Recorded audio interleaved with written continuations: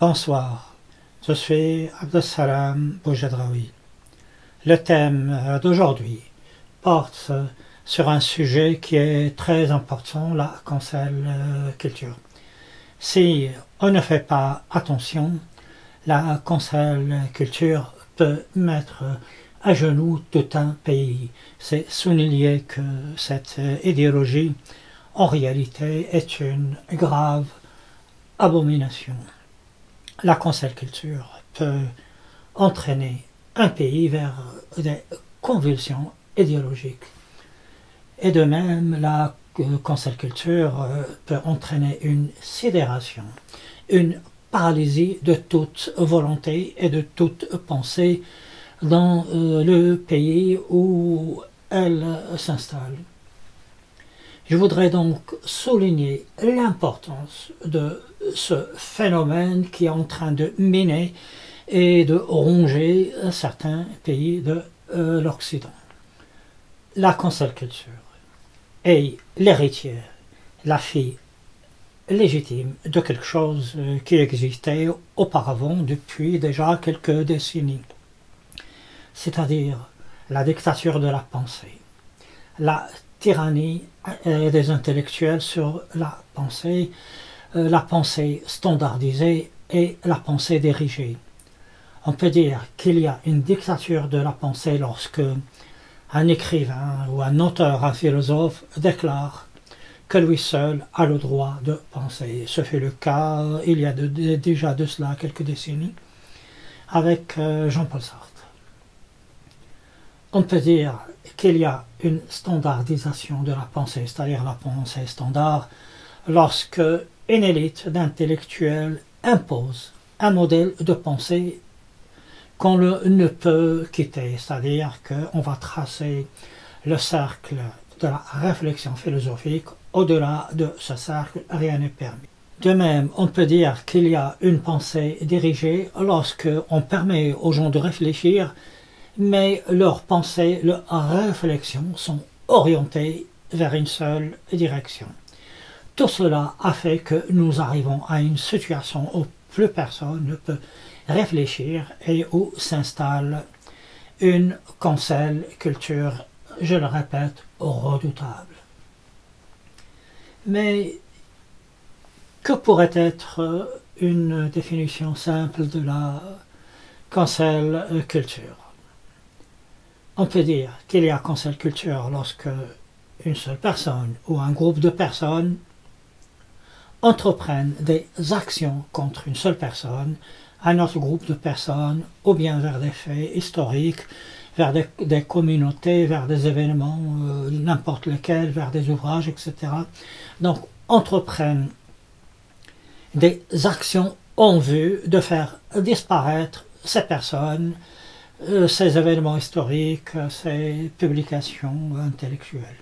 Dans la cancel culture, on ne cherche pas à éliminer physiquement une personne, même si inconsciemment on le désire. Ce que l'on recherche avant tout, c'est que cette personne ne peut plus s'exprimer d'une manière ou d'une autre. Ainsi, si une personne qui fait l'objet de la cancel culture est un journaliste, il ne peut plus rien publier, ou bien on fait tout pour que cette publication fasse l'objet d'un ostracisme. Si c'est un écrivain, même chose, les maisons d'édition vont refuser de publier ses livres, etc. Si c'est un acteur, il ne peut plus jouer, et ainsi de suite.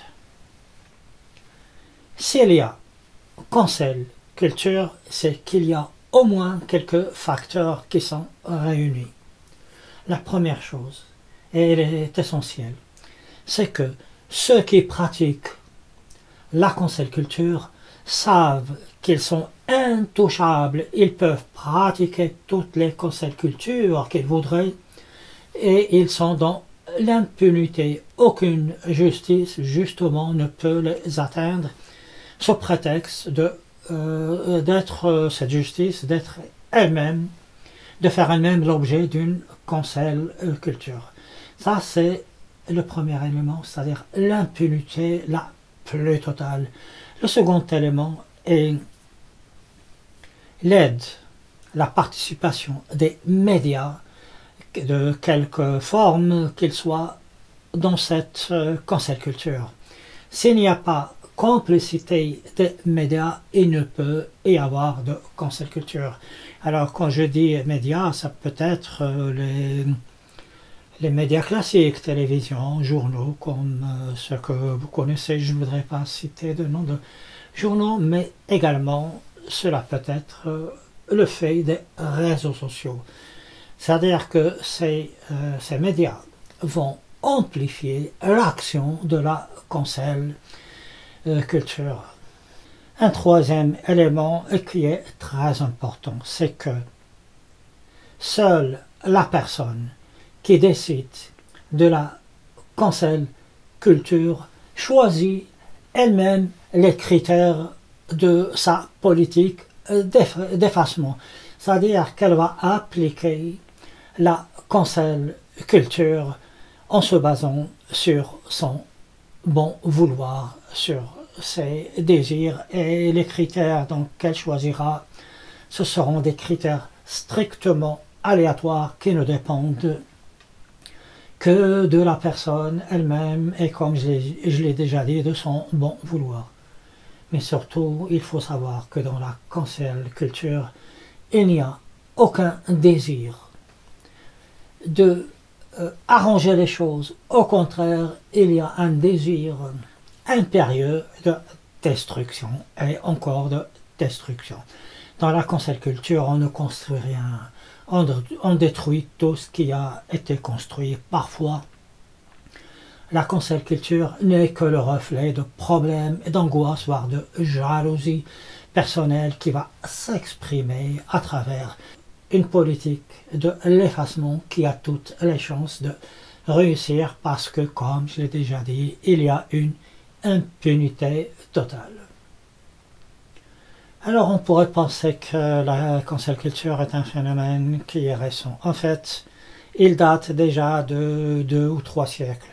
Alors, je sais, certains diront que l'Inquisition faisait partie de la cancel culture.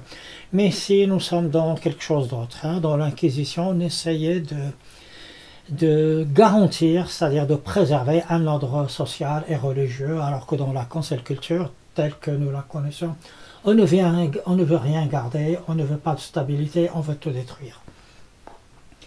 J'ai dit donc que c'était quelque chose d'ancien et il a déjà touché des événements historiques. Parmi ces événements historiques, le plus important concerne l'Ancien Régime. Nous le savons tous, l'Ancien Régime avec sa religion, avec ses rois, c'était ça la vraie France. Tout ce qui faisait la France, on le trouve dans l'Ancien Régime, c'est-à-dire ces belles constructions, ces grands intellectuels tels que Montesquieu, tels que Montaigne, etc. Nous les connaissons parfaitement, mais également tout ce qui touchait l'art avec Molière, Racine, la musique avec Lully. Et lorsque des personnes font le tour de France, ils se rendent compte qu'il y a beaucoup d'architecture qui est très belle et qui témoigne d'une très grande époque. Malheureusement, du fait même de la cancel culture, qui date déjà, comme je l'ai dit, de plusieurs temps, il est strictement impossible de parler en des termes élogieux de cet ancien régime, ou bien de dire, d'avancer que Louis XIII et Louis XV étaient des grands rois. C'est de l'impossibilité, alors tous les potes vont vous tomber dessus si vous le faites. Donc, cancel culture concernant l'Ancien Régime. Mais il y a aussi un autre fait historique, puisque il y a Napoléon III, Louis-Napoléon Bonaparte, qui a beaucoup fait pour la France. Il a modernisé la France et d'une certaine manière, il a pu réorganiser l'Italie, la rassembler, l'unifier en un seul pays. Il a aussi contribué pour faire que la France entre dans la révolution industrielle. Il a également proposé quelques grandes lois. Et pourtant, on ne parle pratiquement pas de Napoléon III du fait de sa défaite de 1870 contre les Allemands. alors qu'en même temps, on continue d'aduler et de se prosterner devant la tombe de Napoléon qui, lui, a mis l'Europe à feu et à sang. Et certains problèmes que nous connaissons récemment sont le fait de l'action de Napoléon. Donc, cancel culture concernant un personnage historique important, Napoléon III. Alors, mais il y a également cancel culture concernant des faits historiques comme la guerre de la Vendée ou bien les noyades de Nantes. Alors là, impossible d'en parler. Du reste, le film qui vient de sortir, qui s'appelle Vaincre ou mourir, qui justement parle de la guerre de la Vendée, a été ostracisé, c'est-à-dire qu'on a tout fait pour qu'on ne parle pas de lui. Les critiques étaient complètement dures avec ce film, probablement sans le voir. Donc, cancel culture concernant l'Ancien Régime, concernant des actions commises par les révolutionnaires lors de la guerre de Vendée, etc. Donc, mais si nous examinons des faits plus récents de cette cancel culture, lorsqu'elle va concerner des individus, c'est-à-dire que des personnes indépendantes de faits historiques. Alors, récemment, J.K. Rowling, celle qui a écrit la saga des Harry Potter, a affirmé, et c'était pour prendre la défense des femmes qui sont d'après elle sont l'objet de violences par les hommes, ou bien parce qu'elles sont mises à l'écart de cette avancée que nous connaissons de nos jours. Alors, elle a dit qu'une femme, c'est celle qui a des règles. Alors, tout le monde lui est tombé dessus parce que, entre-temps, il y a le phénomène trans, c'est-à-dire qu'on ne doit plus considérer une femme comme cette entité biologique avec un utérus et qui a des règles, mais comme une idée vague. Alors que la femme a un passé où elle est écartée, où elle a subi des violences, alors que les personnes qui se disent trans, c'est quelque chose de strictement nouveau. Nous n'avons pas suffisamment de recul pour porter des jugements sur ce qui leur arrive. Donc, du reste, nous le savons, lors des Jeux olympiques, les personnes qui sont dites trans, c'est-à-dire un homme qui dit qu'il est une femme, ne peut plus participer aux Jeux olympiques avec des femmes. Donc on considère, donc on revient à la définition classique de la femme. Et pourtant, l'autrice plutôt de Harry Potter est écartée. Elle ne peut même plus assister à des meetings autour de Harry Potter, alors que c'est elle la créatrice de ce personnage qui a bien réussi. Un autre phénomène, c'est dans les journaux, j'espère que c'est vrai, moi je ne crois pas tellement à ce que disent les journaux. Alors, dans une université, il y avait une professeure de danse. Elle a osé dire les hommes d'un côté et les femmes d'un autre. Et on lui a dit que ça, il fallait qu'elle y renonce parce que le concept même d'hommes et de femmes avait disparu. Et comme elle a persisté à vouloir distinguer les hommes des femmes, ben on l'a mise à la porte. Alors qu'est-ce que cela signifie? Ceci voudrait dire une chose qui est très importante. C'est-à-dire que lorsque vous affirmez des choses aussi évidentes qu'une femme, c'est celle qui a des règles, ou bien lorsque vous affirmez qu'il y a des hommes et qu'il y a des femmes, ben vous faites l'objet d'une cancel culture. Ce qui voudrait dire que plus personne n'oserait parler même de choses strictement banales. Les conséquences peuvent être dramatiques. Une crise donc risque de s'installer en France, et elle va s'installer. Mais elle possède cette faculté d'être en même temps grave, mais qu'il est facile de lui trouver des réponses. Et pourtant, personne n'osera avancer la moindre solution, parce que comme je l'ai déjà dit, il sera grillé par la cancel culture. Et je me demande, si lors de la crise de 1929 aux États-Unis, si elle a persisté, si elle a eu ses conséquences dramatiques, probablement est-ce également du fait de la cancel culture, puisque lorsque la crise de 1929 s'était installée, il était possible de la juguler facilement par l'entraide et par la solidarité de la communauté américaine. Mais celui qui dirait ça, celui qui avancerait pareille solution, sera traité de bolchevique, de communiste, voire de je ne sais quoi, et il sera complètement cancelé, complètement écarté, et probablement personne ne l'aurait écouté.